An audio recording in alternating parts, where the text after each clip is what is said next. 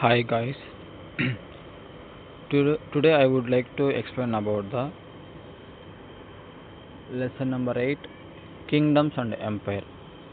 ఇది మీకు 6th క్లాస్లో సోషల్ సబ్జెక్ట్లో సెకండ్ సెమిస్టర్లో 8th chapter kingdoms and empire. So ఇందులో మనకి ఒక టాపిక్ గురించి మనం చర్చించుకుందాం. అదేంటంటే మౌర్యన్ డైనాసిటీ. మౌర్యన్ డైనాసిటీలో మనకు ఫేమస్ అయినటువంటి అశోక కింగ్ గురించి మనం ఆయన ఎలా పరిపాలించాడు, ఆయన అహింసవాదాన్ని ఎలా ఆచరించాడు, హింసను ఎలా వదిలేశాడు, ఇవన్నీ మనం ఇక్కడ ఈ యొక్క చాప్టర్లో తెలుసుకుందాం. First Ashoka battle of Kalinga. So ఈ యొక్క అశోక కింగ్ ఏ యుద్ధం చేత ఆయన కొంచెం రియలైజ్ అయ్యి హింసని ఆయన విడనాడి ఆయన శాంతియుతవాదంగా వచ్చాడో మనం ఇక్కడ చూద్దాం. ఆయన ఒక కళింగ వారిని చేపట్టాడంట.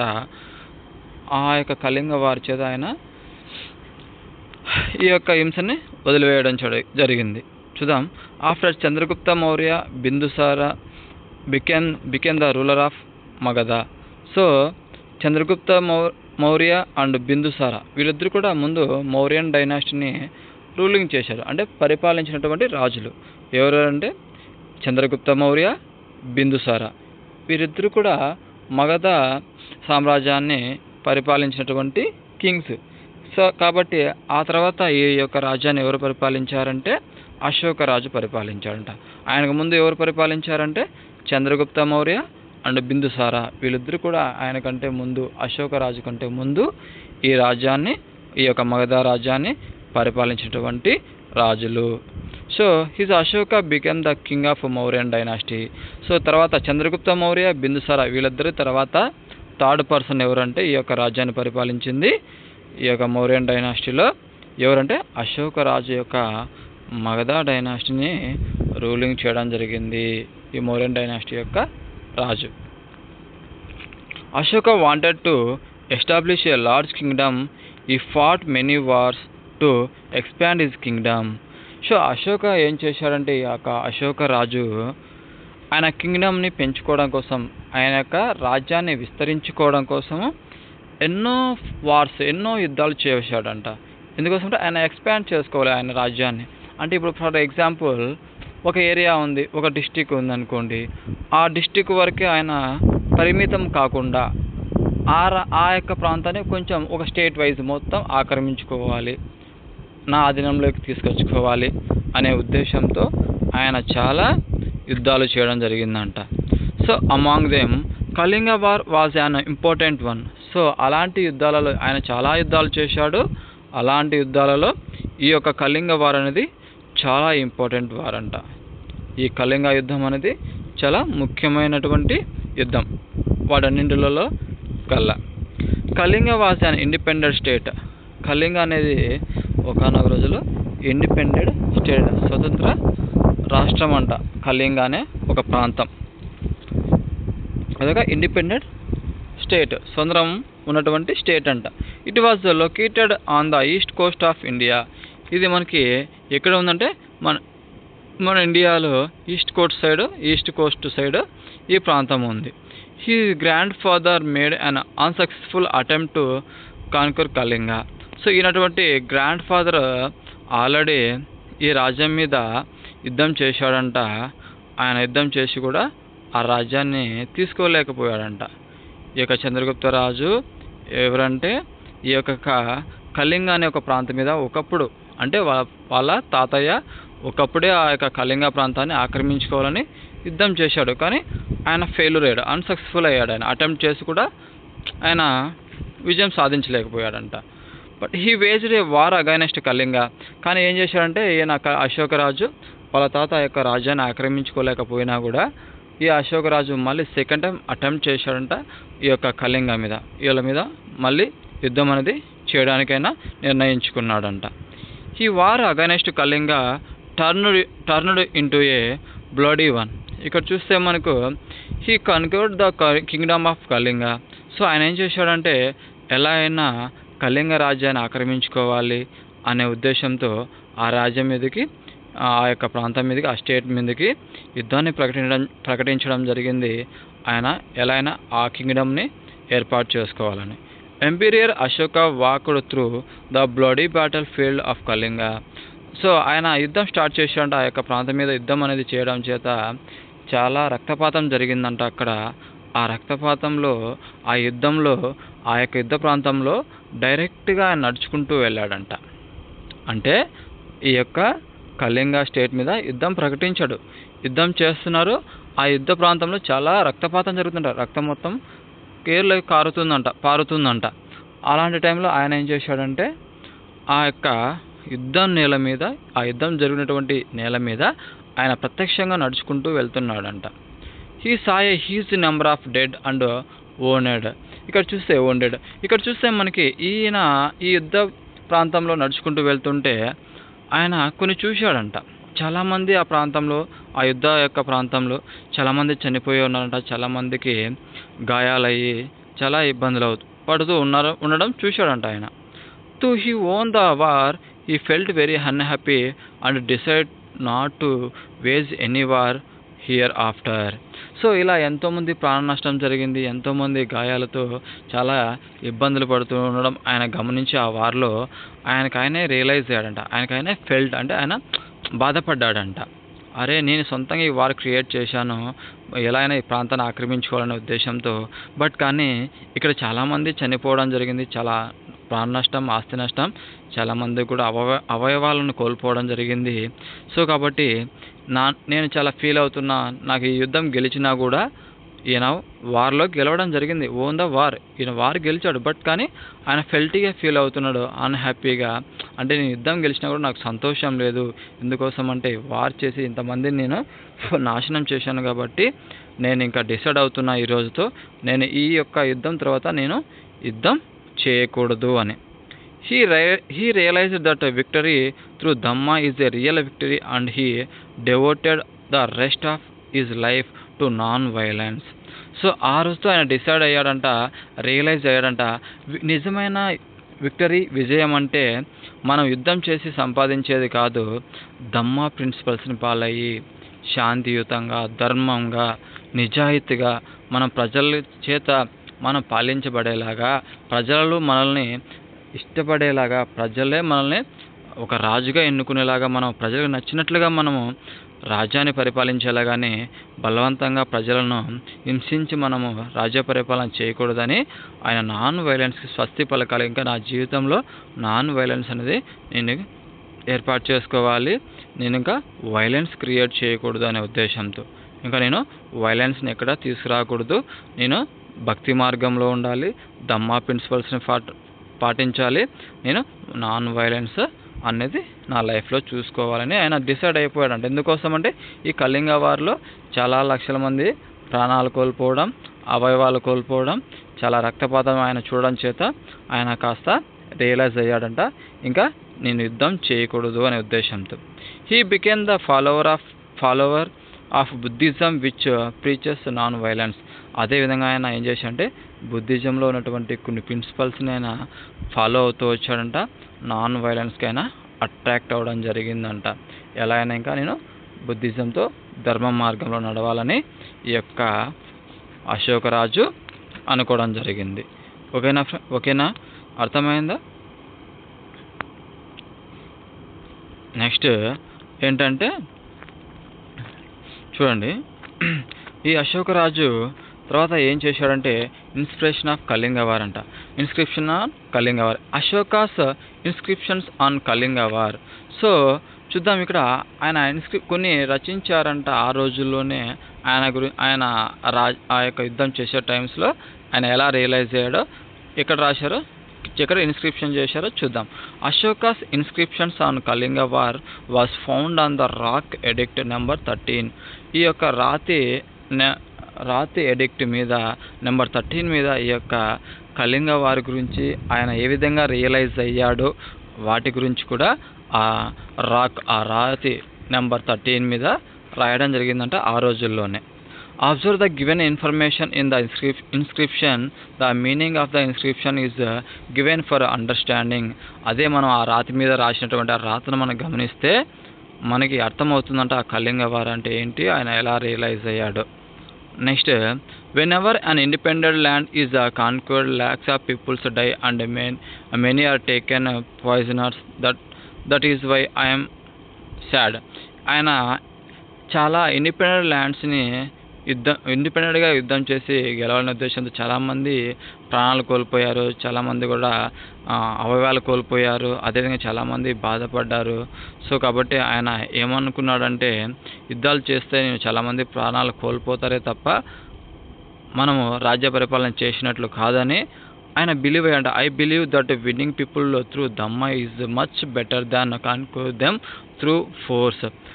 ఇలా కాదు, లక్షల మంది ప్రాణాలు తీసి లక్షల మందిని మనం హింసించి రాజ్యానికి తీసుకోవడం కాదు. సో నిజమైన విజయం అంటే దమ్మా చేత మనం యుద్ధం చేయకుండా ప్రజల్ని మనం పరిపాలించడం అని ఆయన రియలైజ్ అయ్యాడంట. ఆయన రచించడం జరిగింది. I am inscribing this message for the future. ఇప్పుడు నేను రాసి ఈ యొక్క మెసేజ్ అనేది ఈ రోజుకి అది అంకితం కాకూడదు, భావితరాలు కూడా ఇది తెలుసుకోవాలి. మనం యుద్ధం చేసి రాజ్యాలని పరిపాలించకూడదు, ఆక్రమించుకోకూడదు. దమ్మా ప్రిన్సిపల్ చేత, ధర్మం చేత మనం రాజ్యాలను పరిపాలించాలని భావితరాలకు కూడా ఇది తెలియాలని, మెసేజ్ తెలియాలనే ఉద్దేశంతో ఈయన ఈ యొక్క ఇన్స్క్రిప్షన్స్ చేయడం జరిగింది. So that my son and grand son should not think about war.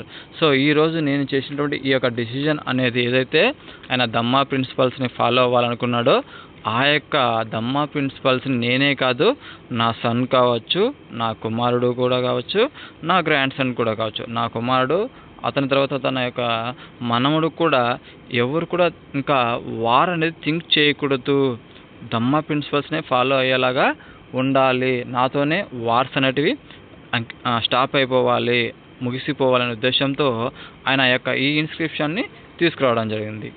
Instead that they should try to think about the way to spread dhamma. So ఆ తర్వాత ఏం చేశారంటే ఆయన ఈ ఇన్స్క్రిప్షన్ చేత ఆ దమ్మాని ఆయన స్ప్రెడ్ చేయడం జరిగింది.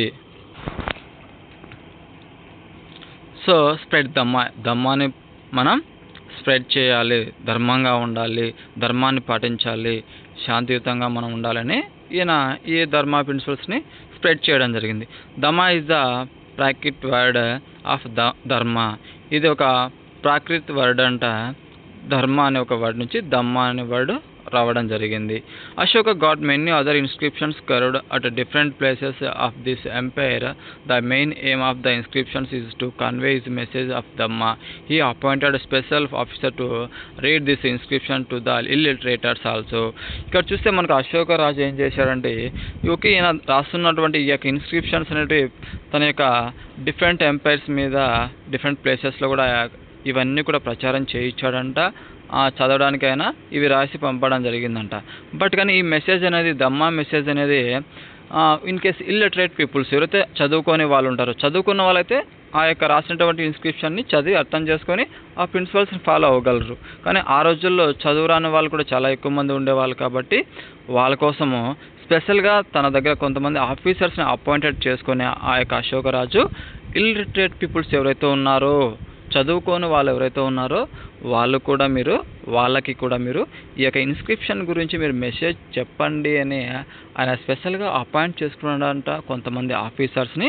వాళ్ళ చేత కూడా ఈ మెసేజ్ని ఇల్లిటరేట్ పీపుల్స్కి తెలియపరిచేలాగా చేయడం జరిగిందంట. Next one, the main principles of dhamma include. So ఈయన ఈ ధర్మా ప్రిన్సిపల్స్ ఏంటి, ఆయన ఆ ప్రిన్సిపల్స్ ఎలా ఏర్పాటు చేసుకుంటూ మెయిన్ ప్రిన్సిపల్స్లో ఆ 6 పాయింట్స్ ఏదో చూద్దాం. Ashoka principles, be kind toward animals. మనం ఏం చేయాలంటే అనిమల్స్ అనేటివి మనం ఇప్పుడు కూడా ప్రేమించాలి. అనిమల్స్ని మనం ఎలా చూడాలంటే కొంచెం మంచిగా చూడాలి. ఇందుకోసం మనం అనిమల్స్ చూడగానే మనం చికాకు పడడం అంట,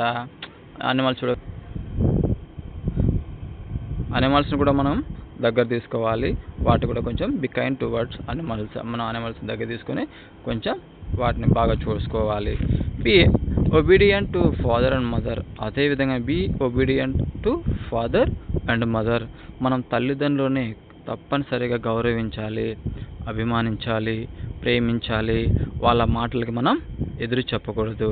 చూడండి స్టూడెంట్స్, మీరు కూడా చూస్తుంటారు మీ ఇళ్ళల్లో మీ పేరెంట్స్కి మీరు మాట వినకపోవడం, మీ పేరెంట్స్ని ఎక్కువగా మీరు ఇబ్బంది పెట్టడం, అలా చేస్తూ ఉంటారు మీరు కూడా. సో దయచేసి ఎవరు కూడా అలా పేరెంట్స్కి మీరు వ్యతిరేకంగా మాట్లాడడం కానీ, వాళ్ళ మాటలు వినకపోవడం కానీ అలాంటివి చేయకండి. సో ఆ రోజుల్లో ప్రిన్సిపల్స్ ఏమైనా ఉండేటివి అంటే మన యొక్క అశోక్ రాజు కూడా చెప్తున్నాడు, be obedient to father and mother. First మీరు తల్లిదండ్రులను గౌరవించండి, ఫస్ట్ వాళ్ళను కూడా మీరు ప్రేమించండి, వాళ్ళతో రెస్పెక్ట్గా ఉండండి అని చెప్తున్నాడు. Be kind toward the poor. అదేవిధంగా మనం పేదవాళ్ళు ఎవరైతే ఉంటారో వాళ్ళని కూడా మనం తక్కువ చేసి చూడడం అంట, వాళ్ళని హేళన చేయడం అంట అలా చేయకండి. పేదవాళ్ళని కూడా మనం మంచిగానే చూడాలి. ఇప్పుడు మనం చూస్తుంటాం బయట బస్ స్టాండ్లలో కానీ, రైల్వే స్టేషన్స్లో కానీ, హాస్పిటల్ సైడ్ కానీ, రోడ్ ఫుట్పాత్ సైడ్ కానీ మన పేదవాళ్ళని చూస్తుంటాం. వాళ్ళని చూసి మనం హేళన చేసుకోవడం, నీచంగా చూడడం అలా చేయకూడదు. మనం వాళ్ళను కూడా కొంచెం విలువ ఇచ్చి మాట్లాడాలి, వాళ్ళతో కూడా మనం హేళనగా చూడకూడదు. అది ఆ third principle. Next fourth principle, respect the elders. ఇది చాలా ఇంపార్టెంట్ పాయింట్. ఏంటంటే ఫస్ట్ మీరు పెద్దవాళ్ళకి, మీకంటే పెద్దవాళ్ళకి కంపల్సరిగా రెస్పెక్ట్ ఇవ్వండి, గౌరవించండి.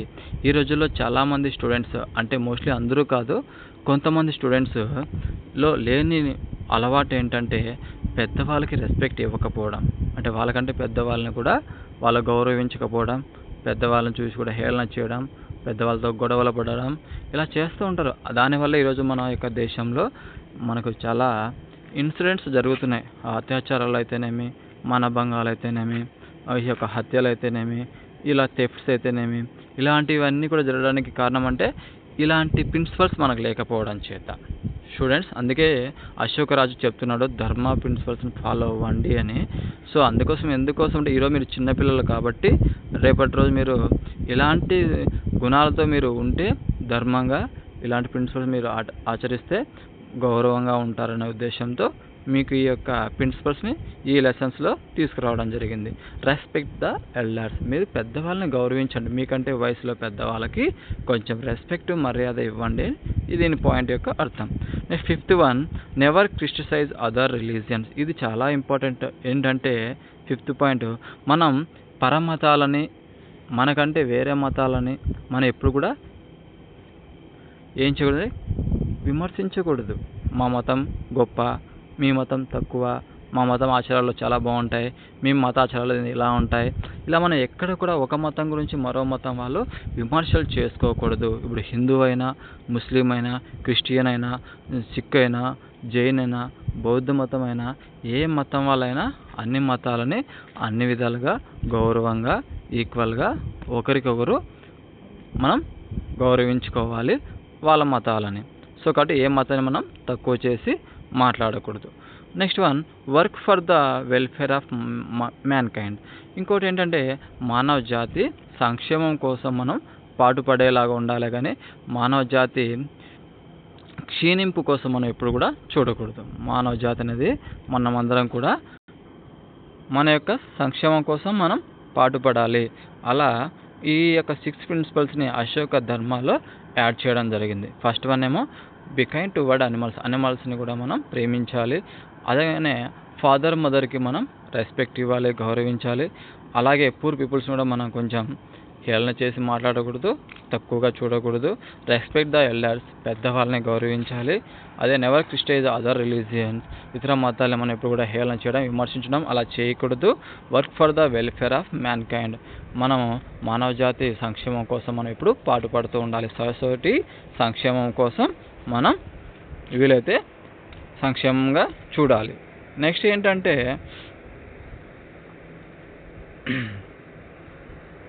The national emblem is the symbol of authority of our nation. So మన యొక్క భారతదేశానికి కూడా మన నేషనల్ ఎంబల్ ఉంది, మన నేషన్ సింబల్. అదేంటంటే 3 లయన్స్ కదా. So was officially adopted as our nation emblem on 26 January 1950. So ఈ యొక్క 3 లయన్స్ యొక్క ఎంబెల్ని మనకు ఏ రోజు అఫీషియల్గా అనౌన్స్మెంట్ చేశారంటే నేషనల్ ఈ ఎంబల్ని 26th January 1950. సో ఈరోజు మన ఆ ఒక్క డే మనకు ఏంటంటే రిపబ్లిక్ డే. మనకు ఫస్ట్ రిపబ్లిక్ డే ఎప్పుడు జరుపుకున్నామంటే January 26, 1950లో ఫస్ట్ మన రిపబ్లిక్ డే జరుపుకున్నాం. ఆ రోజునే ఈ యొక్క నేషనల్ ఎంబల్ని కూడా అఫీషియల్గా అడాప్ట్ చేయడం జరిగింది. Next, in the emblem 3 lions are visibles. Already మనం చూస్తుంటాం ఈ పోలీసు వాళ్ళ క్యాప్ మీద కానీ, రూపాయి కాయిన్స్ మీద కానీ, ఏ యొక్క కరెన్సీ నోట్ పైన కూడా మనం 3 లయన్స్ని మనం చూస్తుంటాం, విజిబుల్ అవుతుంటాయి, కనిపిస్తుంటాయి మనకి. The 4th lion is hidden from view. కానీ మనకు 4th lion అనేది కనిపించదు. ఆ 3 సింహాలు కనిపిస్తాయి కానీ 4వ సింహం మనకి కనపడదు. The 4 lions represent 4 qualities of power, courage, confidence and pride. ఈ 4 lions నుంచి మనం కొన్ని క్వాలిటీస్ని మనం తీసుకోవచ్చు. పవర్ అయితేనేమి, కవరేజ్ అయితేనేమి, కాన్ఫిడెన్స్ అయితేనేమి, ప్రైడ్ అయితేనేమి, ఇవన్నీ కూడా మనం ఆ యొక్క సింహాలను చూసి మనం తెలుసుకోవచ్చు, నేర్చుకోవచ్చు. The wheel appear in the relief in the centre of an abacus with the following. So ఈ విధంగా an elephant on the east, a bull on the west. ఇక్కడ చూడండి, మనకు ఎలిఫెంట్ ఈస్ట్, ఈ యొక్క బుల్ ఏమో వెస్ట్ సైడ్ మనకు ఉంటుంది. అవి ఏటికి సంకేతం అంటే the horse on the south and lion on the north. అదేగానే మనకి హార్స్ మరి లయన్ మనకు నార్త్ సైడ్ ఉంటాయి. ఇక్కడ చూడండి, పైన మనకు కనిపిస్తున్నాయి హార్స్, బుల్. సో ఆ సంకేతం ఏంటంటే the elephant represent strength. Elephant చూస్తే మనకి ఏం గుర్తుకొస్తుందంటే ఎలిఫెంట్ ఏనుగు అనేది చాలా దృఢంగా ఉంటుంది, చాలా బలంగా ఉంటుంది. అంత స్ట్రెంగ్త్గా అనేది మనకు సంకల్పం అనేది మనలో ఉండాలి. The bull represent hard work. Bull అనేది ఎలా ఉంటుంది, ఇప్పుడు కూడా నిరంతరం ఎద్దు అనేది నిరంతరం హార్డ్ వర్క్ చేస్తూ ఉంటుంది. మనం కూడా ఇప్పుడు హార్డ్ వర్క్ చేస్తూ ఉండాలి. The horse represent loyalty, speed and energy and the lion represents bravery. ఆ హార్స్ ఏం చేస్తుందంటే లాయల్టీగా ఉంటుంది, నిరంతరం కూడా ఎనర్జీగా ఉండి స్పీడ్గా అది పరిగెడుతుంటుంది. చూడండి, మనం గుర్రాలు చూస్తుంటాం, స్పీడ్గా ఎనర్జీగా పరిగెడుతుంటాయి. అదే లయన్ అయితే బ్రేవరీ, అంటే భయం ఉండదు. లయన్ ఎప్పుడు కూడా భయపడదు, ధైర్యంతో ఉంటుంది. సో అలాగా ఇక్కడ మనకి బుల్ అయితేనేమి, హార్స్ అయితేనేమి, ఎలిఫెంట్ అయితేనేమి, అదేగానే లయన్ అయితే, ఈ 4 మనకి ఒక్కొక్క మెసేజ్ మనకి ఇస్తుంది. అదే స్ట్రెంగ్త్ కానీ, స్పీడ్, ఎనర్జీ కానీ, అదేగానే బ్రేవరీ కానీ, లాయల్టీ కానీ, ఇవన్నీ కూడా మనకి ఉండాలంట. సత్యమేవ జయతే, ట్రూత్ అలోన్ ట్రింపల్స్. ఇక్కడ సత్యమేవ జయతే మనం ఎప్పుడు చూస్తూనే ఉంటాం. సత్యంగానే మనం ఉండాలి, సత్యమే మనం జయిస్తుంది అని. Is engraved below the abacus. This is an extract from Mundaka Upanishad. So ఇక్కడ చూస్తే మనకి ఇది అంతా కూడా దీన్ని ఏమని పిలుస్తారంటే ముందక ఉపనిషద్ అని కూడా చెప్పడం జరుగుతుంది. Next last one, what did Ashoka do for this people. తర్వాత ఈ కళింగ వార్ అయిపోయిన తర్వాత ఈ అశోకరాజు ఏం చేశాడు, ప్రజలను ఎలా పరిపాలించాడు, ప్రజలకు ఎలాంటి సంక్షేమ పథకాలు కానీ సేవలు కానీ చేశాడో ఇక మనం చూద్దాం. What did Ashoka do for his people. Ashoka learn from a Buddhist monk that water and food are sacred. ఇక్కడ చూస్తే మనకి అశోక్ రాజు కొన్ని బుద్ధ యొక్క మతంలో ఆ బుద్ధ యొక్క ప్రిన్సిపల్స్ కొన్ని ఆయన ఆచరించి ప్రజలకి ఏమి ఇవ్వాలనుకున్నాడంటే వాటర్ని, ఫుడ్ని ఇవ్వాలి ప్రజలకి అని ఆయన ఆలోచించంట. He's provided them to all peoples.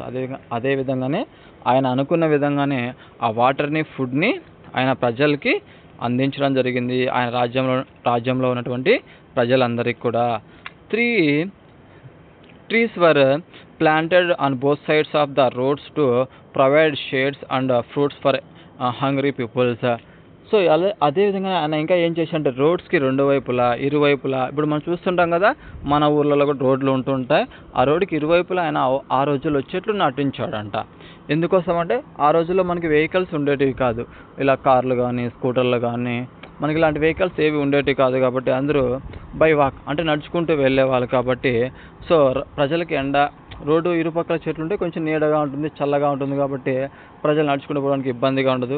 ఒకవేళ వాళ్ళకి నడుచుకుంటూ వెళ్తున్న టైంలో ఆకలి వేసినా కూడా ఆ యొక్క పీపుల్స్ ఆ చెట్లను నాటడం చేత ఆ చెట్ల నుంచి వచ్చే ఫ్రూట్స్ అనేటివి పండ్లు అనేటివి తీసుకొని వాళ్ళు తింటే వాళ్ళ ఆకలి తీర్చుకుంటారని ఆ చెట్లు ఆయన నాటడం జరిగిందంట. Wells were dug to provide water for the people. అదేగానే వెల్స్ కూడా అంటే ఏంటంటే ఇరిగేషన్ కోసము, ప్రజలకి వాటర్ కావాలి. ఎందుకోసము? వ్యవసాయం చేయడం కోసం, అగ్రికల్చర్ కోసం వాళ్ళకి ఆయన బావులు కూడా తవ్వించడం జరిగిందంట. అంటే ఫుడ్ ఇచ్చాడు, డ్రింకింగ్ వాటర్ ఇచ్చాడు, చెట్లను నాటించాడు, అదేగానే బావులు కూడా తవ్వించడం జరిగింది ప్రజల కోసం. People enjoy the facility of good roads. ఇంకా ఆయన ఆ ప్రజల కోసం మంచి రోడ్లు కూడా వేయించాడంట. పీపుల్స్ బాగా ఎంజాయ్ చేశారంట మంచి రోడ్లు ఉండడం చేత. Road connected the people of different cultures in is empire. ఇలా ఒక ప్రాంతం నుంచి మరో ప్రాంతానికి ఇలా రోడ్లు వేయించడం చేత, కనెక్టెడ్ చేయడం చేత. ఫర్ ఎగ్జాంపుల్ ఇప్పుడు చూడండి, బెంగళూరు నుంచి హైదరాబాద్కి, హైదరాబాద్ నుంచి తిరుపతి, తిరుపతి నుంచి మరో ప్లేస్కి, ఇలా ఒక ప్లేస్ నుంచి మరో ప్లేస్కి ఇట్లా రోడ్లు కనెక్టెడ్ చేయడం చేత ప్రజలు అనేవాళ్ళు డిఫరెంట్ కల్చర్స్ని వాళ్ళు స్వాగతించే వాళ్ళంట, సామ్రాజ్యాల్లో చూసుకునే వాళ్ళంట. ఇప్పుడు చూడండి, మన బెంగళూరులో చూద్దాం, డిఫరెంట్ కల్చర్ ఉంటుంది. మన హైదరాబాద్లో డిఫరెంట్గా ఉంటుంది. ఒక తమిళనాడు చూడండి, ఒక చెన్నై చూడండి. సో ఇలా ఒక్కొక్క కల్చర్ ఒక్కొక్కలాగా ఉంటుంది. కాబట్టి అక్కడికి వెళ్తే మనం ఆ కల్చర్ని మనం చూస్తాం, నేర్చుకుంటాం. ఓహో, ఆ ప్రాంతంలో ఇలా ఉంటుందా, ఈ ప్రాంతంలో ఇలా ఉంటుందని మనం అబ్జర్వేషన్ చేస్తాం. అదే మనకి రోడ్ కనెక్టెడ్ లేకపోతే, కనెక్షన్ లేకపోతే మన ఆ ప్లేస్ మనకి ఏంటో తెలియదు, అక్కడ ఆచారాలు ఏంటో తెలియదు, అలవాట్లు ఏదో తెలియదు, కల్చర్ ఎలాంటిదో మనకు తెలిసేది కాదు. కాబట్టి రోడ్డు కనెక్షన్ ఉండడం చేత మనకి వాళ్ళ మధ్య కమ్యూనికేషన్ కానీ కల్చర్స్ కానీ మనకు తెలుస్తూ ఉంటాయి. Trade and transportation became easier. అదేవిధంగానే రోడ్లు వేయించడం చేత ట్రేడింగ్, ట్రాన్స్పోర్టేషన్. ఇప్పుడు చూడండి, ఏదైనా సరుకులు ఉన్నాయి, మనం ఏదైనా ఒక పంటలు పండించామనుకోండి, రోడ్ వే ఉండడం చేత ఈ పంటలు ఇంకో ప్రాంతంలోకి వెళ్ళి అమ్ముకుంటే అక్కడ వాళ్ళు యూజ్ చేసుకుంటారు. అదే అక్కడ ఉన్నటువంటి పంటలు మనం ఇక్కడికి తీసుకొని మనం యూజ్ చేసుకోవచ్చు. ఎందుకు?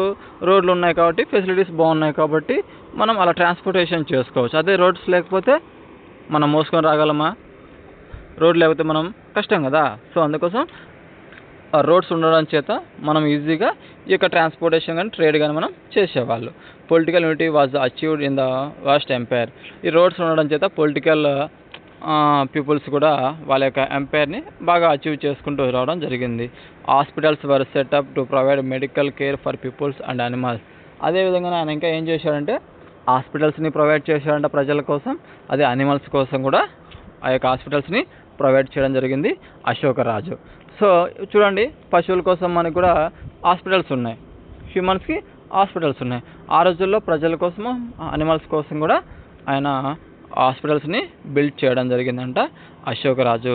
The successor of Ashoka were weak and inefficient. ఇక్కడ చూస్తే ఆ రోజుల్లో అశోకరాజు చాలా స్ట్రాంగ్గా రాజ్య పరిపాలన చేశాడంట ఆ రోజుల్లో. This was the cause for downfall of the Mauryan empire. కానీ ఆయన రాజ్య పరిపాలన అంతం అయిపోయినా కూడా, ఆ యొక్క డైనాసిటీ అనేది అంతం అయిపోయినా కూడా ఇప్పటికీ కూడా ఆ యొక్క అశోకరాజు గురించి మనం వింటున్నాం, ఆయన గురించి మనం స్మరించుకుంటున్నాం, ఆయన మనం ఇప్పుడు కూడా తలుచుకుంటున్నాం. ఎందుకోసం అంటే ఆయన ఒక సక్సెస్ లీడర్, ఒక సక్సెస్ కింగ్. ఎందువల్లంటే హింసావాదాన్ని వదిలి అహింసావాదం చేత ఆయన వార్ చేయకూడదనే ఉద్దేశంతో దమ్మా ప్రిన్సిపల్స్ని తీసుకొచ్చి నేషనల్ లెంబల్ని క్రియేట్ చేసి, అదేవిధంగానే ప్రజలకి కావాల్సినటువంటి ఏవైతే సర్వీసెస్ అనేటివి ఉంటాయో, నీడ్స్ అనేటివి, అవన్నీ కూడా ప్రజలకు ఆయన కల్పించాడంట. ఆ రోజుల్లో ప్రజలందరూ కూడా ఎంజాయ్ చేసేలాగా, అంటే సంతోషంగా జీవించేలాగా, ఆ ఫుడ్ అయితేనేమి, వాటర్ అయితేనేమి, వెల్స్ అయితేనేమి, ట్రాన్స్పోర్టేషన్స్ అయితేనేమి, ట్రేడ్ అయితేనేమి, గుడ్ రోడ్స్ కావచ్చు, ట్రీస్ కావచ్చు, ఇవన్నీ కూడా ప్రజలకు ఆ రోజుల్లో ఆయన ప్రొవైడ్ చేస్తూ వచ్చారంట. అందుకే ఆయన మంచి సక్సెసర్ అయ్యాడు ఆ రాజు. అందుకే మనం ఈ రోజు కూడా ఆయన గురించి మనం తలుచుకుంటున్నాం. Thank you guys. నచ్చితే ఈ వీడియో దయచేసి నా ఛానల్ని ఫాలో అవ్వండి, సబ్స్క్రైబ్ చేయండి. Thank you.